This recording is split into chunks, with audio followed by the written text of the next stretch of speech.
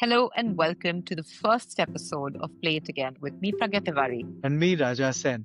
This is the podcast where we talk about books, movies, culture, and art that we have consumed and that consumes us right back. There are so many things that we want to talk to you about, so we had to think long and hard about what it is that we want to start with.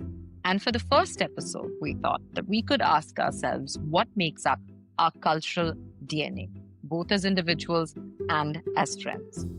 We thought that give you a chance as the audience to get to know us a little bit better, but also for all of us to reflect on how books and cinema and music shape our tastes and our ideas and our view of looking at the world, as well as our relationships with the world at large and with one another. It is impossible when you think about cultural DNA to know where to start. There is just so much. We are very active, perhaps a little too active, consumers of books and literature and art and films and shows. There's a lot of addiction in there. And as two junkies who've been through a lot, we thought let's go back to the source, to what really made us the way we are, what is the art that makes us tick. And so that's the experiment about this cultural DNA, to try and find out what are those building blocks that really have shaped our taste. Right. And like Raja said, this wasn't an easy exercise. We had to set this task for ourselves, go and do some homework, think long and hard about what came to us early in our lives and has stuck with us. But it was also not easy to kind of agree upon a cultural DNA for our friendship. Both of us bond over our shared love for high culture and pop culture. And our shared memories are as much about the life stuff that we've seen each other through, the hangovers we've seen each other through, and the movies that we've watched together, the music we've loved passionately together, the books we've read together. But it was a difficult task. We've done it, and here we are. So I'm going to start with you, Raja Sen. If your cultural DNA was to be put under a microscope, what would we see? I've been very merciless about this whole DNA exercise. I'm going to start with books, and I'm going to, narrow it down to like three writers who have really shaped the way I am, and have given voice to my voice, so to speak. And I remember being at a book fair when I was about 12 years old, and picking up my first P.G. Wodehouse, and it was this novel called Aunts Aren't Gentlemen. And I come from a family with a lot of aunts. My mother was the eldest of 8 sisters, so I'm beset by aunts from every possible angle, and so I could immediately relate to poor Bertie Wooster, who was dealing with his Aunt Agatha and Aunt Dahlia and all of that. And the basic thing about Wodehouse that touches you so immediately is that while Bertie is this hapless, slack-jawed idiot, he also has an incredibly vivid turn of phrase. He has his sentences, he wears them at a jaunty angle, if I may say. And so it's that sort of thing that really got to me. I was suddenly seduced by these beautiful lines, Wodehouse's gorgeous lines. And then I felt like I was Bertie Wooster, clueless in the world awash with far too many aunts, but also that the sentences themselves, Wodehouse himself was Jeeves here. He was being my gentleman's gentleman, showing me the way in terms of how the words collide with each other. I think Wodehouse also, I feel like it's one thing to say funny writer, all of that, but I think the most delightful sentences ever written in the history of the language. Really, I feel I rate him over Austen. I think it just doesn't get better, chef's kiss, as the kids now say, but truly brilliant stuff. And that's what Woodhouse did to me very early on. It's so funny you say this. Just yesterday, so we didn't. This is a note for the audience. We decided not to tell each other what we would talk about when we talk about our cultural DNA. And this was largely so that we don't mess with each other's scripts. Otherwise, we would have planted too many doubts in one another's script, I suppose. But it's funny that you start with Wodehouse, because late last night, I introduced my stepkids for the first time to the series Jeeves and Wooster. And they've been watching Blackadder, of course. But I went off on, I gave them such a long explanatory note. And of course, I started with Aunts Are Not Gentlemen. But to go on.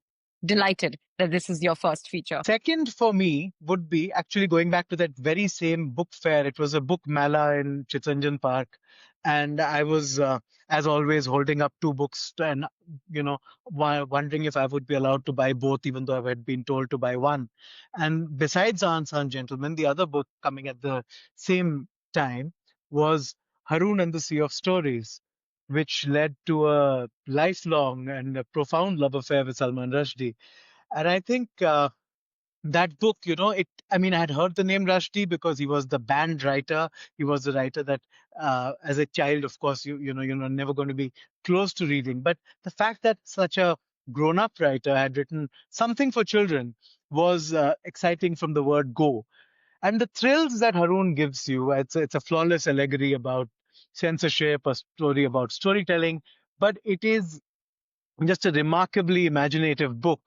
And that took me to a different kind of great language than Wodehouse did. If Wodehouse's language was classical, as I dipped deeper into Rushdie, it became more and more chutnified, so to speak. It was just all those a mingling of the herd language and the Indian languages and English itself. And I was learning about the elasticity and the malleability of the language itself. And I think my language, if anything, as a writer, is very much somewhere between Rushdie and Woodhouse, or at least those are the two fathers to the tongue in terms of how I like to phrase things or how I like to describe something. Or so I think that is really very much what with Rushdie, what you realize is that very, very serious conversation, very serious subjects can be made droll. He's a much funnier writer than most people realize. And even the densest subjects or the most forbidden subjects can be dealt with a lot of humor, with a lightness of touch. And so it is that lightness of touch which I strive for in what I write and in what I like to watch and what to like to read, where the point is made but not labored, and there is a certain elegance in how something is touched upon and yet left alone. I'm going to just interrupt you for a second because this doesn't feature as part of what I have thought to talk about. But one of my formative, beautiful memories relate to Rushdie, where my father was very disapproving of him, not because of the ban. He didn't, of course, approve of the ban, but he just did not understand his language, did not take to, he was too much of a conservative. He didn't quite like Rushdie's style. And I was but a child, but I, began to insist that he try and get me a copy of the book, which was not available in India. And my father is the other thing about him is that he is extremely principled. He's a lawyer and he's a man of the law. He will follow the letter and the spirit of the law. But he bent his own principles, both in terms of, a man of law as well as somebody who would not approve of his daughter reading Rushdie, and procured me an early copy when I was too young, perhaps even to really, grasp what that book was quite about. So, of course, I went on to fall in love with Rushdie, but it's still the sweetness of that memory really lingers as a testament of my father's love. Every time he tries my patience, this is one of the instances that comes back to me. Rushdie, such an extraordinary storyteller, such a phenomenal novelist. I go back to Midnight's a lot, but I also go back to uh, s- unliked novels, unloved novels like The Ground Beneath Her Feet, which has song lyrics in it and which is about rock stars and what's not to love, really. I mean, taking Greek mythology and turning it into a rock opera of sorts. So I think yeah, Rushdie's had a deep influence. I'm very biased toward Rushdie. I still read everything he writes with. I mean, it's one of those. I have to read it as soon as it comes out, or before it comes out, or the breath is always held for Sir Salman. Finally, I think, like I said, it's been merciless because there's so many writers one can talk about. I want to talk about fantasy fiction. I share a birthday with J.R.R. Tolkien. So, but having said that, he isn't my favorite fantasist. My favorite fantasist is Sir Terry Pratchett. And this again brings in a slight comedic theme to the work. But as a satirist, what Pratchett did was he created this sprawling universe called the Discworld, which has books about the making of motion pictures or about football or about academic chimpanzees or witches and wizards. And all of these tribes and people coexist on this in this phenomenal universe. And Pratchett again has this, like, he's incredibly clever, of course, but there are the lines which are just so goddamn beautiful, and where the cleverness just sneaks up on you by throwing in something profound every now and then. I'm just going to read out this bit where he had once written that there are times in life when people must know when not to let go. Balloons are designed to teach small children this. So it's stuff like that. It's stuff like that, of course. I mean, Juliet didn't exactly wash dishes. She gave them a light baptism. Stuff like that, of course. And but the deeper connection with Pratchett, and I think I came to Pratchett late in life in my 20s and then started devouring everything. The big connection with Pratchett is that I love the Discworld perhaps a little more because I'm on it. When I had met Sir Terry back at university and um, spoken to him about creating fantasy universes and had the gall as someone who hadn't really read him to buy him a beer, we ended up talking about so much. And then a few Pratchett novels later, as a lady friend of mine hysterically once discovered, that in the book Thud, there is, there are a bunch of unnamed dragons, out of which one, which I'm going to read this out again, there was a young dragon with floppy ears and an expression of mildly concussed good humor, and his name is Raja. So that's it. I think that's as close as I get to immortality. I'm on the Discworld. I can get off this one. I love this story so much. It never gets old. Right. So, are you going to tell us about music next or movies next? For music, I'll have to start with David Bowie. I'm a card carrying member, or at least a tattoo carrying member. There's the Thunderbolt from Aladdin Sane. And for a long time, I called myself Aladdin Sane. But puns notwithstanding, Bowie, of course, is glorious creator and innovator.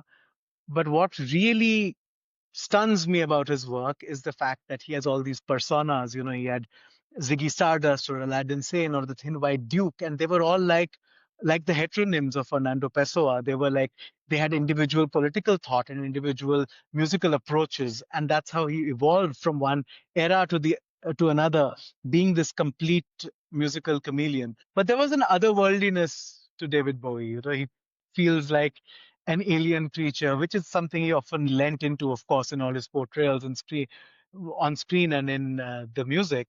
But there was a fearlessness and a flamboyance. And I really feel that, it's one of those things that has become a bit of a meme now, but the world did go a little bit to hell when David Bowie died, and we haven't quite been able to recover since. So, yeah, there is a starman waiting in the sky. He'd like to come and meet us, but he knows he'll blow our mind. And he did. Well, that one was quite predictable. As you can, I'm sure you know, given that I try and find you Bowie shaped gifts whenever I can.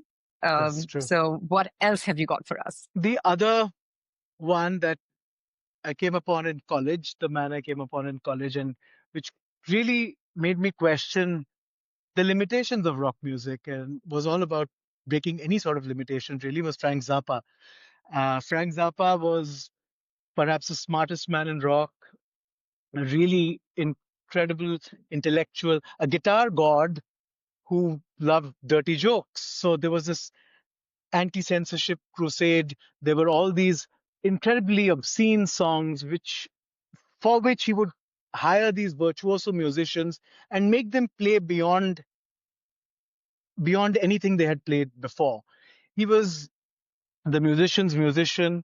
He was the real Frank Zappa book is a book I would recommend to anyone out there, which is political, it's intellectual. It taught me about protest. It taught me about the nature of rock, really, the untamed nature of rock. He was not as much a sex and drugs musician as he was just a hardcore rocker who released more than 60 albums in his lifetime. So incredibly prolific musician, really great. And I still remember the afternoon when my school friend Akshay played for me the song Titties and Beer, and it really, life really hasn't been the same since. But what else, Pragya? It's hard. All this stuff is incredibly hard. I don't think people watching are quite appreciating how difficult it is to whittle it down. I mean, there's Jim Morrison, of course, the reason I had long hair for many, many years, and had a band called the Diamond Studded Flunkies when I was in college. And Morrison, of course, and the Doors led to this riot of counterculture bands of the 60s, which is again where you learn about, the power of music and what music can do, and protest art as well as psychedelic art. And then I guess it is the Beatles, but then the Beatles are like everybody's DNA, aren't they? Even if you don't listen to them, they're part of you. They're like Shakespeare. Yeah, agree. Can't agree more. Well, let's come to the hardest part now, movies. Right. Okay. So I'm instead of going into the filmmakers or making a list of directors and all that, I decided, okay, three movies. We're going to go with. So this is going to sound extremely film school cliche, but I really can't quantify how I felt the first time I watched Fellini's Eight and a Half. It makes it possible. Like what can cinema make possible? And you're always thinking that cinema is chasing a kind of reality. But I don't think anyone chased dreams with as much lucidity and grace as Fellini did. And Eight and a Half, which is the story of a director who has director's block, who's trying to figure out what to make a film about, is just a fantastic treatise on storytelling itself. It's gorgeous and it's grotesque. It's delightful and full of dances and stars Marcello Mastroianni wearing the coolest sunglasses of all time. And it's also ugly and frightening and scary, just like a dream is. It is a film that slips from the grasp the minute you think you know you have a handle on it. It's a really special film. It's a film I go back to every couple of years. I mean, I love a lot of Fellini's films. I go back to a lot of them. I think I've watched Satyricon more often than I've watched Eight and a Half. But Eight and a Half is really the film that started me off on the journey of Fellini and of cinema that is trying to get at something more abstract, more chimerical, less hard to grip, you know, just something ephemeral and out of reach. The second film, and for I cannot be a Bengali critic and not talk about Ray, but the second film is Jalshaghar, or The Music Room, which to me is still Ray's most sublime work. It is an evisceration of the aristocracy as well as the nouveau riche. It is a film that scares me every time I watch it because I feel like, when certain art has the power to make you feel seen, like someone knows what's going on with you. And I think this film gets at my vanity and my narcissism and my escapism, all of that in a way that is a little too close. It cuts a little too close to the bone. And it is just a marvelous film.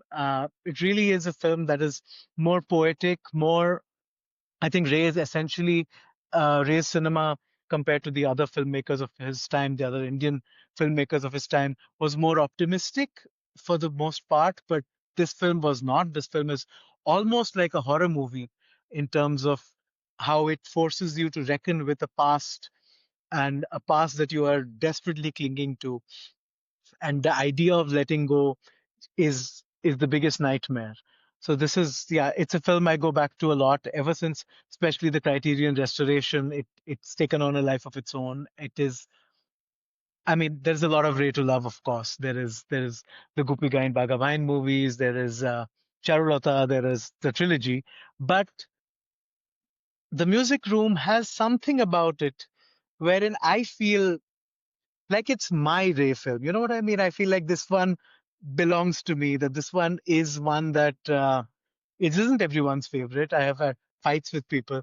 I had a big argument with my cousin Shaunak a few weeks ago about how well that film holds up. But I really think it gets at something primal and deep. And I think part of it is because of the great music, the performances, the musical performances, not just Shobhi Biswas in the lead role as the Zamindar, but there is this idea of a new India and an old India, a new Bengal and an old Bengal, history and tradition, and this need we have to cling to both of them. And the film is, it really just holds up a mirror in a way that is never flattering and always telling. And I can't get enough of it. This is probably one of those not so popular opinions that we share. It is definitely my favorite Ray film, and for a personal reason as well. It brings together these two worlds that I kind of grew up in.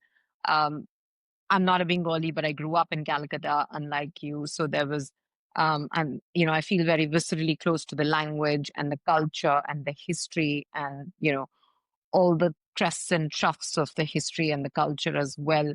But a large part of my culture is also the culture of Awadh, because my father is originally from Ayodhya. My mom's a Punjabi, but she grew up in Calcutta. So she also didn't really, that was her primary culture. But my father was almost like this Wajid Ali Shah character living in Calcutta in exile from his very Awadh roots. And this film brought a bit of Awadh into the culture, the Bengali culture that was so familiar for me. So, for very personal reason as well, this is definitely my favorite Ray. Right, yeah, it's beautiful. It's such a bittersweet, melancholy, gorgeous film.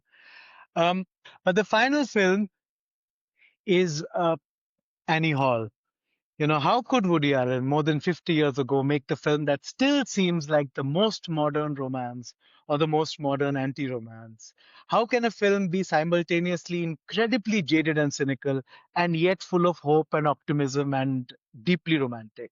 How can I think of lobsters as well as heartbreak at the same time? How can I? Why did Alvy Singer sneeze into the pile of cocaine? Why did Annie Hall say la di da so much? Like, how could a film at the same time break the fourth wall, bring in Marshall McLuhan to explain what he meant, but also have subtextual subtitles during a date when people are thinking about what they're saying, and we're seeing both thought as well as actual lines, and we really haven't moved past Annie Hall and so much. The influence it casts is tremendous. We wouldn't have Fleabag if not for Annie Hall, for instance, or Deadpool, or any of these wisecrackers. But there's something about the heart of Annie Hall that continues to linger and continues to sing. And I just think about it's a masterclass in writing, of course. Alan, of course, is one of the greatest writer directors. One of my idols. We've spoken a lot about him. We've watched a lot of his work. We'll get to more of that, I guess, in a while. But the thing about Annie Hall is that somewhere that idea of how the joke that he starts with about a man who's going mad and thinks that he's gone to a doctor and thinks he's a chicken, and that he would be healed, but they need the eggs. So I think that's what Annie Hall is to us, that we somewhere need the eggs. And why is there a spider in a bathtub the size of a Buick? I guess that in itself is life, according to Annie Hall. I guess all of us have somewhere got a spider in the bathtub, and we hope that we have someone we could call to help us with that. Yeah, it's so funny, Raja, but I haven't told you this. Like with so many people, I grew up loving Woody Allen films. In the last decade or so, one's relationship has gotten more complicated with him as a director because of the allegations that have been leveled against him. And this is, of course, a different conversation for a different episode in terms of how we relate to works of filmmakers who we do not see in the same light as we have always seen them. But in light of all these kind of romances that are suddenly coming up on OTT, I revisited Annie Hall and I saw it on my flight back from London, which is very recent, as you know, just about 2 weeks ago. And it felt like anything that needed to be done in the space of an anti-romance had been done, and I could not for the life of me understand why people were even trying. There was just the perfect anti-romance, the perfect romantic anti-romance exists, and there's just no There's just nothing that can be done that can better that film. But I think he doesn't start the film with that joke. I think he ends the film with that joke. Because I remember texting someone from the patchy air near Wi-Fi, a friend of mine in Berlin, and telling her that this is essentially the essence of our relationship. And I, quoted the joke, and Did she I say responded start? saying, I'm so sorry. "You said start." Oh yeah, yeah. Okay. Well, I was wondering because I thought maybe you hadn't seen it in a while. He ends the film with that joke. Yeah. No, no. He ends the film with that joke. He starts with the Groucho Marx joke about not wanting to belong to a club that would have him as its member. But I have to say, Raja, I am so impressed that you could actually boil down your movie segment to three movies. I mean, I never for the life of me could I have thought that you'd be able to pull this off. So hats off. It was very, very hard. It was not the kind of thing one should be asked to do. And I'm curious to see what you've done because I have a feeling that you will go well over any sort of prescribed limit. So let's start. Well, I hope not, but I will admit that mine is a lot less structured and a lot more impressionistic. But let's start indeed. I'll start with music. When I think back to my first memories of music, it's my father playing a record every morning before I woke up and while he was getting dressed to go to court. And almost 80% of the times, roughly, it was Hindustani classical. So that is what I was really listening to. And over the weekends, it was sort of semi classical, like the Dadra and Tumri. And um, he didn't try to impose it on me in any other way than to just play it. He didn't really sit me down and talk to me about it. But I became very, very familiar with rags and with alaps, and even though I didn't know their names, so that was really formative. And the other genre of music which comes in very early is rock and roll, particularly, what we call the golden era of rock and roll, 70s, because I was growing up in Calcutta, and somewhere in Calcutta, it's always the 70s, it's always the golden age of rock and roll. So those were the sounds that were coming into my ear, again, without much context or without anyone really framing, setting it up for me. And what this very interesting juxtaposition did of like listening to a lot of involuntarily listening to a lot of Hindustani classical, and that Hindustani classical relationship also got cemented because my mother was trained as a classical singer, so she would once in a while pull out her dusty harmonium and sing. And then, of course, I started learning Kathak when I was 4 years old, and then semi-classical Tumri, etc., came back into my life through that course. And as I discovered more about my roots in Awadh, I began to grow fond of it and understand my dad's fondness for it and so on. But what this did for me, this kind of juxtaposition of involuntary listening to a lot of rock and roll and listening to a lot of Hindustani classical, is from a very young age, I didn't have any fixed idea of what music should be.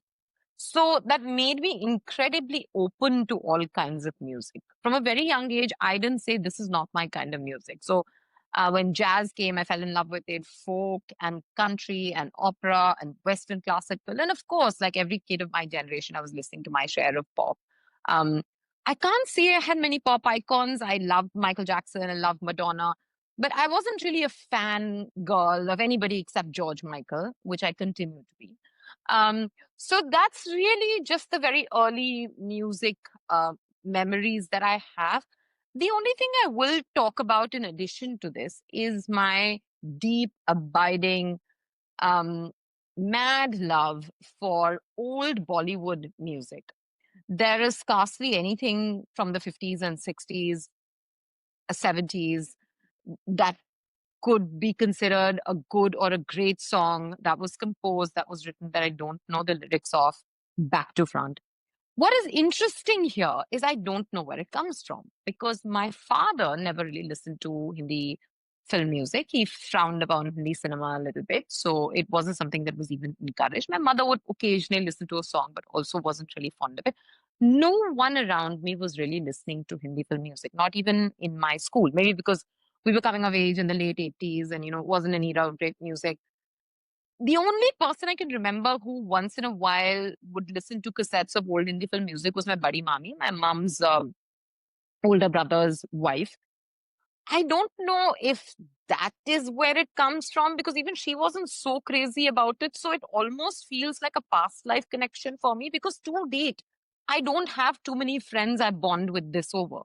I mean, there are very few friends who will indulge me when late night I have, you are one of them. I've had plenty of drinks and I want to listen to Shailendra, or I want to listen to all of Madan Mohan, or I want to go on a Sahara trip. So I really don't know where it comes from. And I wanted to talk about this just to say that, we try to compartmentalize and neatly sort of trace all our influences back to one or the other point in our lives. But there's just so much that we can't really account for. And in my case, that's old Hindi film music. So yeah, that's music. Now I'm going to do the easiest or perhaps the hardest segment, which is movies.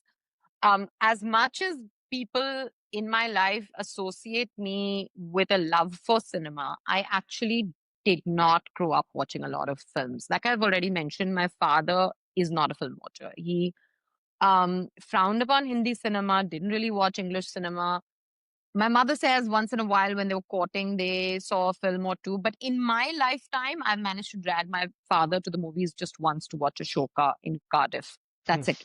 I have no other memory of my father going to a movie hall or watching any movies.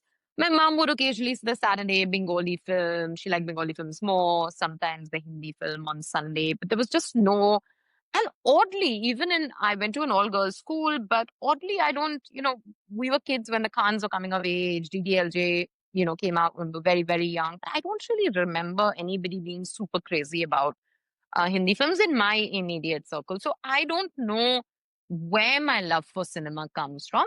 Of course, I grew up in Calcutta. I took myself to film festivals. I was a curious kid. I heard about cinema. So in that sense, it's very hard for me to say what would be the DNA, because everything has come to me when I was already, of an age when I could make choices and so on. But DNA wise, I guess I'd have to say Ray and Ghatak, because if you're growing up in Calcutta, even if you don't have people around you who watch a lot of cinema, you are very well aware of these two authors and what they stood for and their politics and the debates about who was the greater filmmaker and so on and so forth. So I was immersed in that. I definitely think that Ray and Ghatak would be extremely, probably the first, layer of my DNA. And still, of course, very, very important filmmakers for me. Then, of course, from my own age, I would have to say Govinda and Mithun films. I don't know why, I can't explain, so we'll just leave that be. But Govinda and Mithun, I would consider to be part of my DNA. And finally, I think, like I said, I was kind of teaching myself pretty much by myself to love cinema, like cinema, make sense of it, going to Nandan, watching film festivals, um, parallel Hindi cinema and Italian cinema and Japanese cinema. But I don't think anything came at me and just became um, really, really, larger than life for me. In that sense, all the directors I love today came to me later. But one thing I will mention, and that is Godard's cinema.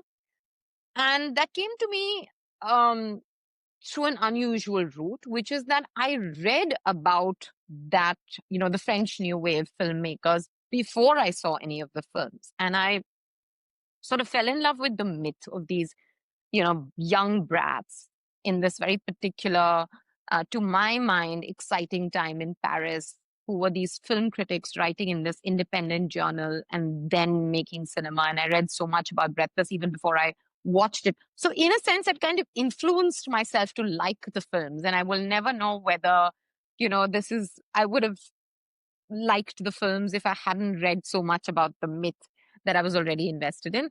I did love Breathless. I absolutely fell in love with it, and had a Breathless inspired wardrobe for years and years. Still have phases of just pulling out cigarette pants and breath on striped t-shirts and ballet flats and going about town and not selling New York Times. And had promised myself when I was very, very young, I think about 14 or 15, that I will get that pixie haircut once in my life. My mother wouldn't hear of it. And typically, these are the things you kind of grow out of. But as you know, Raja, I did not grow out of it. And I think when I was about 34, I did eventually, very briefly, get that haircut. So I would say, whether it's a false consciousness or not, it's definitely been a very, very abiding influence. Of course, then there are the directors I love. I don't know whether they're DNA or not. Almodovar, Shakti Samanta, Tarantino, Wes Anderson, Visconti, Nihalani, Benegal, all of it came later. So I don't know if I can say whether they are part of my DNA. I'm just glad. I'm going to interrupt for a second. I'm glad your resolve with Breathless was limited to the haircut and not running away with a thief. And I am curious to ask you what Govinda film really stands out for you, as you mentioned the Govinda Mithun uh, aspects of your life. So I'm just curious to see what is your Govinda number one, so to speak. I think Hero Number One. I think that was a film that I still really love. I can Mm, still watch it. mm, I don't know why you're making me say this stuff. I glossed over this very quickly not to get into the morass of my favorite Govinda and Mithun films right. because I was not watching them ironically. I was not one of those Gunda, it's so bad, it's good, let's watch. I loved the films. So my consciousness is made up of Ray and Ghatak and Disco Dancer and Hero Number One and Breathless. That's the hot mess in there. That is how it should be. All But right, the final category. the final category. So books is really, really hard. My Nanaji, my mom's dad, owned one of the most iconic bookstores in Calcutta. Satyajit Ray Presents, which was the series that he did for Didi. The opening shot is from the bookstore because it was such an important part of Ray's life. And I met Ray several times in that bookstore.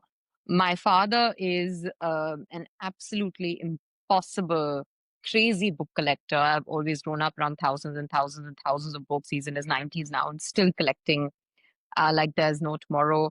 My parents met in that bookstore and fell in love in that bookstore. So books is perhaps, quite literally also part of my DNA in that sense, not just. Um, but in terms of reading, I think obviously, given that my father is such a voracious reader, all the early influences were coming from him. He would say these things to me that poetry is the best form of writing and plays is the second best form of writing and prose is what feeble-minded people read and so on, these kinds of grand pronouncements. And then he would throw this stuff at me. He made me learn Rime of Ancient Mariner when I was just very, very young, which I'm not sure was a wise thing to do. He made me learn Ode to Solitude. But largely the kind of books he influenced me to read, the writers were sort of your Shakespeare, Shaw, Woodhouse, Huxley, Orwell. Um, so largely white English men, with the exception of Ghalib, who my father has, the greatest. My father reads and writes Urdu. That was his first language in school, and Persian as well. So he really taught me how to love Ghalib's turn of phrase and his wit. But outside of Ghalib, it was just white English men, and I loved reading them. I read voraciously. But what's interesting is that none of this, because when you spoke about your book's DNA, you connected it up with you as a writer today. When I was reading all of these writers, I don't ever remember thinking that, oh my God, I want to write. Like that's not a thought that ever crossed my mind. And I think the germ of it somewhere is me reading Orwell's after I finished everything, 84, Animal Farm, the usual suspects, The Road to Wigan Pier and Homage to Catalonia, which are considered to be, these are his non-fiction books, one about the Spanish Civil War, one about the condition of the working class in inner England. And they're considered to be his kind of like lesser known, slightly boring books. But something about reading these two books really blew my mind. I remember it so distinctly, even though I was a kid, that you could just go and observe the world and write about it in beautiful prose. I mean, just this concept. It's not a radical concept, but for me as a child at that point in time, it somehow was. And then I mentioned it to somebody who said, have you read Hemingway? My father wasn't a big one for American writers, but I'd read The Old Man and the Sea, not taken much to it. I came to Hemingway's nonfiction. And that's how my sort of universe started to expand, with Nehru and Naipaul and Capote and Hemingway and all of these men who went out into the world and then wrote about it, wrote about their adventures and wrote about what they saw. But what was also interesting was that I was this kind of, this sheltered girl growing up in Calcutta. I didn't think that I could be one of these people. I had to wait till the driver was available to go somewhere, like any, sort of good middle class girl. Um, so again, this was when there's this consciousness that I love what these guys are doing, but I couldn't possibly be one of them. And that, of course, changes when I first read Susan Sontag, Joan Didion, and Hannah Arendt.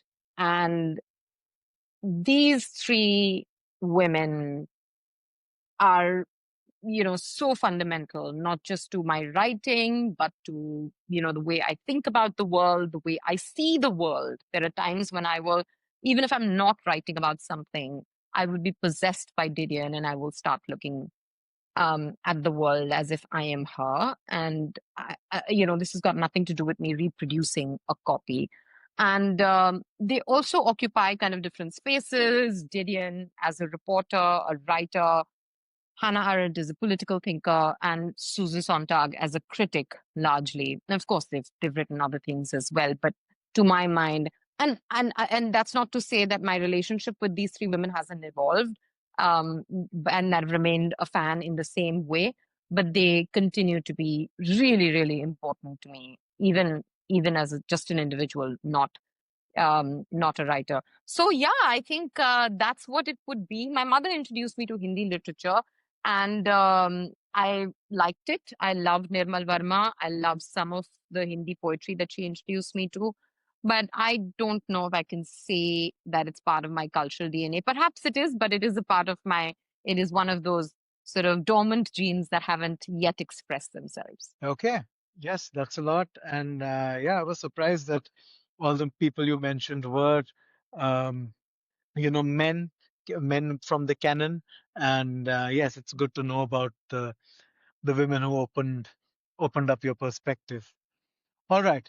What do we have next? What are we talking about now? We are talking about what we did together, a joint DNA, so to speak, of when where we don't exactly know, right? I mean, when we talk about the DNA, the cultural DNA shared by two old friends, we don't know about whether uh, this came first or that came first, whether we actually watched a film together or imagined watching the film together, as happened very recently. I remember when watching Steven Soderbergh's Black Bag, I messaged you saying I thought you were in the seat next to mine. I mean, it felt like that because the film spoke to me in a way that I would nudge you and we would make notes about it together. So let's talk about our shared DNA, which is a lot of stuff. I would like to, before we jump right into it, I'm just going to say that one very unlikely film that I associate with you and that I will always inescapably associate with you is the film Gajini starring Amir Khan, because I had come back from a late night screening of Gajini. It was an early screening. I was traveling, and the producers wanted to show it to me, and I watched that film, and then I came over and I met you, and that was the night I met you. It was one of your famous Bandra parties. Yeah, I think that so Gajini is quite instrumental for whatever reason. Yeah, absolutely. This is a memory that neither of us really dispute because I remember the first conversation I had with you in person. We knew each other before that, but in person Of properly was you course, telling me about Gajani. Well, that was not the greatest of starts, but I'm glad it's gone on from then. So, okay, this is, we've obviously talked about this offline when we came up with this question that what we the cultural DNA. And I think this question is fascinating. And I feel like everybody, uh, all kinds of friends should really ask themselves this question, friends, partners, family, because it's such a fascinating question. But in our case, of course, like we've already mentioned and gone on about, that was a very hard question to answer. So I think I'm going to start with the stuff that we kind of discovered together. And there's just, again, so much that we discovered together because we were young. We didn't have the pressures of family and, work in that sense. And we spent a lot of time bunking stuff and watching movies and reading and so on. But I think the first thing that I would like to talk about is that, in the early years of our friendship, there was a certain kind of new Hindi cinema, a new phase of Hindi cinema led by directors like Vishal Bharadwaj, like Anurag Kashyap, that was kind of coming into its own. And we were young people living between Versova and Bandra and, Andheri. And we were somehow connected to this world. We were in the same watering holes. We all had common friends. And therefore, for me, I think I couldn't talk about our cultural DNA without talking about films like Gangs of Wasipur or Omkara or Kamine. I remember one of our crazy Bandra parties um, and waking up very early, still drunk from last night, and getting a call asking me to come see an early edit of DVD that a friend of mine had organized, and showing up there to watch it and calling you up right after and telling you how much I was sure I was not going to like this film and how much I love this film. And then subsequently, you watched the film in the press screening, the first press screening, and came to see me. And I think we barged into Anurag's house with or without his, consent, and proceeded to celebrate his success. And I remember. I think this was just after Omkara meeting Vishal, and Vishal singing us the first few kind of lines from Kamine, and us being just completely enthralled. And then subsequently, our common friend Chandan Roy Sanyal, who plays this incredible character in Kamine, bringing us, early scratches of the album, and us blasting it all night until a very angry neighbor of mine showed up, threatening police action.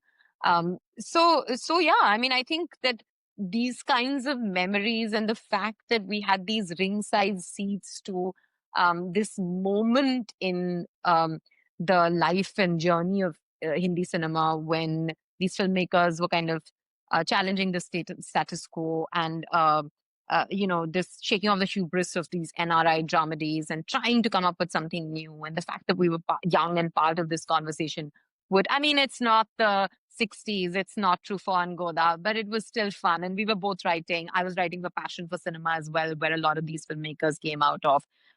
So yeah, I think definitely that would be the number one thing in what we came to together, what we discovered together. Yeah, absolutely. I think about when you mentioned that, it made me think about our friend Swanand Kirkire, and how he would thankfully, at the drop of a hat, at the first request, break into Bavraman, which was such a beautiful part, Hazaro Khwaishein, a film we all loved. We were suddenly so overwhelmed by this Sudhir Mishra, this poetic, lyrical, heartbreaking Sudhir Mishra film.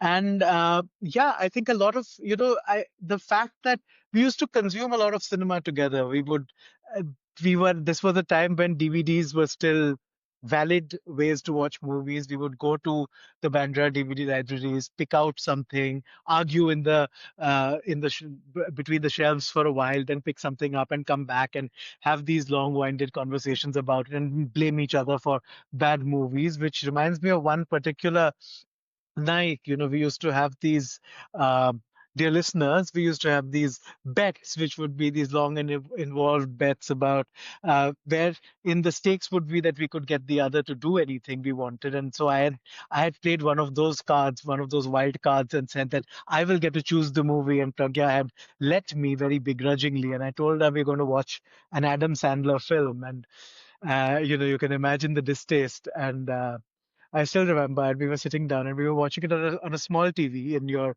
office, and we sat down and it said Quentin Tarantino, and it was Inglorious Bastards, which was really a core memory for me in terms of how we watched that film and how completely thrilled we were by it, by a popular film that can literally choose to shape history, and Tarantino being Tarantino, and uh, making Michael Fassbender a film critic, so you know where his loyalties lie. But and all of us after that going to our Bandra bars like Zenzi and ordering drinks for a while the German way by saying three like this. And I think that inglorious night, I remember how thrilled you were to be hoodwinked in that way. And so that will be a very much a part of our joint DNA, that felt. I still want to point out that you did lose that wild card, irrespective. It's fine. It was worth it. It was worth it. But it was the Uh, best, perhaps one of the best surprises, one of the happiest surprises I've ever got. And I think when we talk about our cultural DNA, I think about um, music we played together. I think about you taking me to watch Nasir and Benji doing Waiting for Godot after a long time, after a long theatrical fallout that they had had, and they were performing together after a long time, and we went and saw that together. I remember playing my favorite guitar album of all time, Friday Night in San Francisco. I remember playing that for you the first time you had come to my little place in Versova. And yeah, I think there's a lot, I think there's a lot that we just downed at the same time. And like, it was something to reckon with together. It was to introduce someone to something that you love is always a great privilege, as a friend, to kind of, it's like letting them in on a secret, on something that, oh, this is an affair I have with this piece of art, but oh, you can come watch. It's really this ringside view. And I remember how Bertolucci's Dreamers was one of those films for you. It was one of your core films in terms of art and culture, and just this uh, reckless enthusiasm.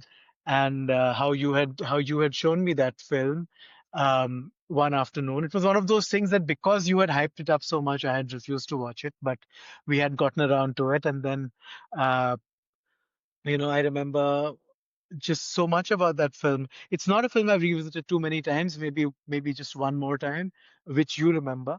But other than that, I think it's these are things that just stick in the head. You spoke about the music. I mean, I remember when I'm going to the interrupt you for 1 second because I yeah. have to contest this memory, of course. And Hmm, that's not how I remember it. Yes, hmm, Bertolucci's Dreamers continues to be one of my core films. Again, harks back to that time, French New Wave, um, Paris in the late 60s. But from what I remember is that I had hyped the film up and I would keep asking you to watch it and you just didn't get around to it. You would say, and if you like Bertolucci, so it was just one of those like, oh my God, I have to, the pressure perhaps. And I remember that we didn't see the film together. I got a text from you every year on my birthday. I would go to Calcutta. And on my 30th birthday, I remember, I think I got a text from you saying that you were watching the film. That is how I remember your first time watching The Dreamers. Maybe we saw it again together, but I do remember us seeing it together. But anyway, we will agree to disagree on this and just stick with the fact that was one of the great um, moments for me to share with you. right. No, absolutely.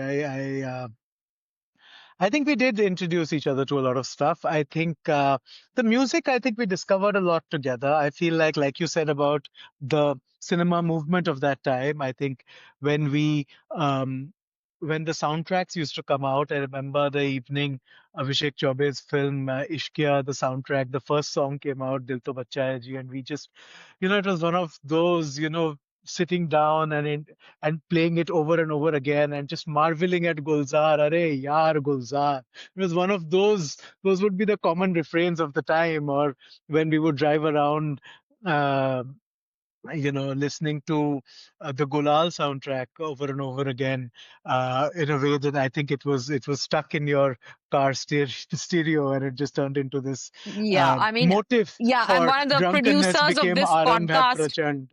Yes, one of Yes, the he producers of this hates it. podcast has legit PTSD, he says, from the number of times we played this and would get so I worked up just, I if we just played like, it again. yes. Well, you being the first two letters of PTSD. But let's talk about what you, other things you think that we really introduced each other to. Obviously there was this stuff that we kind of already loved and we had in common and that instantly became the bedrock of our friendship, right? Like we found, I remember the first time you came over to my office in Bandra. That's where we met for the first time. Like you said, it was one of those crazy parties, and you saw all the posters, and you were like, okay, we have this common language of cinema, of Casablanca and La Dolce Vita. Those were posters that were up there. So obviously there were these filmmakers that we both loved, and that became the instant bedrock. Then there was stuff that we discovered, and then there was stuff that we really thrust down each other's throats. And we were never subtle about this. We're perhaps making it sound like we let each other into our beautiful gardens, but we would just clobber each other also with like, you have to watch this, and you have to.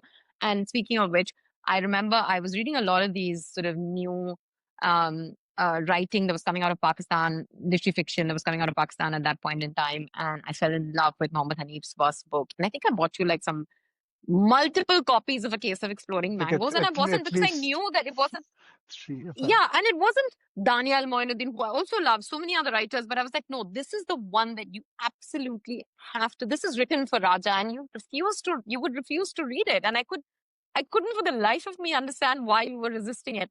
But I am glad that you did finally read it, loved it, and it eventually became your book in many ways, and you would keep coming back to it in your own right. But also, there were things that we kind of brought back into each other's lives through a different passageway, rather than introducing each other for the first time. And therein, I would talk about Doors. I used to listen to Doors as a kid growing up in Calcutta, thought of it as sort of rebellious music about sex and death, and didn't really quite grasp the proper sociocultural context of it, and was done by it, with it by the time I became friends with you. But you were still so obsessed with Morrison that it came back into my life in a very different way. And I began to listen to it. And I remember around then also discovering Joan Didion's short essay on the Doors, and really got into it in a way that was very different from how I used to listen to them when I was younger. The same with Michael Madhusudan Dutt. You were obsessed with him as a poet. Growing up in Calcutta, of course, I'd read him, I had heard of him, but not in a way that was kind of had made a lasting impression. And I kind of rediscovered Michael Madhusudan Dutt through you and began to read him in a new light. So there were also these instances of us kind of um, making us making each other see something in a different light that the other person may have been aware of or familiar with, but perhaps haven't considered it in the way that the other person had considered it. Right. Yes, indeed. I think we gave each other lenses, which came with their own, I won't say baggage, but they came with their own preconceptions, and we were open to each other's perspectives, and it really guided us along quite a bit. It was a lot of fun. I remember us watching Midnight in Paris. That became a film that it became that other than Casablanca, that became the real "We'll Always Have Paris" film for us, because Yeah. it was about Golden Age syndrome, and it was about all these great writers that you loved and I loved, and it had my Fitzgerald and your Hemingway, and it had Dali, and it had, that great Adrian Brody performance where he's saying rhinoceros, which we would keep saying, and it just felt like you could escape into that film. And I think that's what happens, right? When we end up being in the same city, we end up waxing nostalgic about so many things, and we think, oh, I wish we could watch this movie again together. And that's Midnight in Paris is one of those, but so is, I would say, is maybe Bringing Up Baby or something, which is again a film that we have never watched together, but it feels like a film that we should. It feels like a film that we have in some sort of way. Uh, it's playful, it's bizarre, it's screwball, it's as fitting as it gets, really. Yeah. But I have to say before we end this that, our cultural DNA is still very much evolving. I mean, it's not, there are friendships in which you just end up revisiting the same things over and over again. And I do think we end up watching Midnight in Paris ever so often. But, I would definitely say that was very special watching A Real Pain with you. You know, we were thinking of all the Oscar movies that we wanted to kind of view. Happened to be in Delhi then, but I can't think of anything more perfect. Like that is the film I wanted to see with you. You know, because um, it felt like a film that was in conversation with the kind of Woody Allen films we loved, and while on that, we can't not talk about Play It Again, Sam, um, which which The is hair dryer, yeah. also which is also a reference where the name of this podcast is concerned, not just Casablanca. But I think if I had to say, if I had to say any last words, it would be this: that being in conversation, constantly about books and movies and music has also enabled both of us to see the myriad ways in which books and movies and music are constantly in conversation with each other. They've helped us discover connections that we perhaps would not have been able to make as individuals. It's just the conversations we have help us see a million more connections between um, the things that comprise the universe of what we absolutely worship and love and adore. And long may that continue. Yeah, indeed. I think it is just that. The fact that they are, like you said, it is we are still all our years are formative. There is every now and then a work of art that will come along that will bowl us over and that will, leave an impression and that will change the way we look at something and think about something. And I think it is with that openness that you realize that they're all building blocks. They're all it's a big bunch of Legos that might be in different shapes but can be melded together to form something that looks unholy but is wholly unique and is special to us, special to the way we see things, and special to the way one thing leads to another. And I think that's where this podcast came from. The basic idea of Play It Again was, let's see what this piece has in common with that piece. Sometimes it has nothing in common with that piece, yet listening to this piece brings that piece into sharper relief and things like that. And I feel those are the conversations that now, like the things we've introduced to each other, we are kind of letting the others in on. We are letting them into the garden, and hopefully it's going to be interesting. But for now, that is all from us. We'll be back soon with another episode with more conversations, more arguments, more debates, more recommendations. For now, show us your love and like, subscribe, do whatever it is that you're supposed to do. See you. Thank you and goodbye.